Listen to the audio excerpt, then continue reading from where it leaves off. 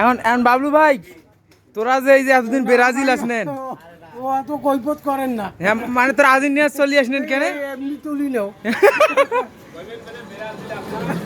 না না, ও কথা কথা যাওয়ার নাই। তোরা ব্রাজিল থেকে আর্জেন্টিনাতে আসলেন কেন কোন কারণ কি?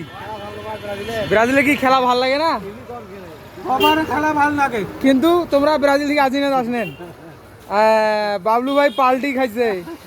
বাবলু ভাই পাল্টি খাওয়ার কারণ কি কোন? বাবলু ভাই তোরা দল চেঞ্জ করছেন কেন?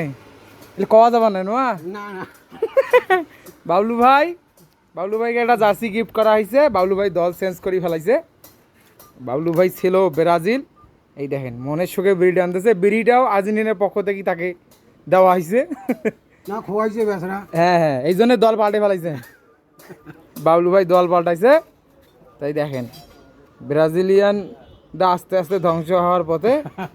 এইভাবে যদি আর্জেন্টিনার চলে আসে সবাই, তাহলে ব্রাজিলের কি হবে?